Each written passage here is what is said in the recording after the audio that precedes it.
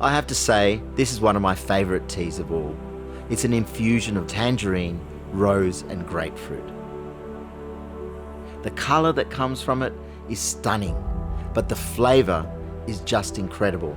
And I've decided to brew it, look at that colour, decided to brew it and chill it and then make a gazpacho. So adding watermelon, tomatoes, cucumber, shallots, some jalapeno chilies, a little piece of garlic, salt and pepper.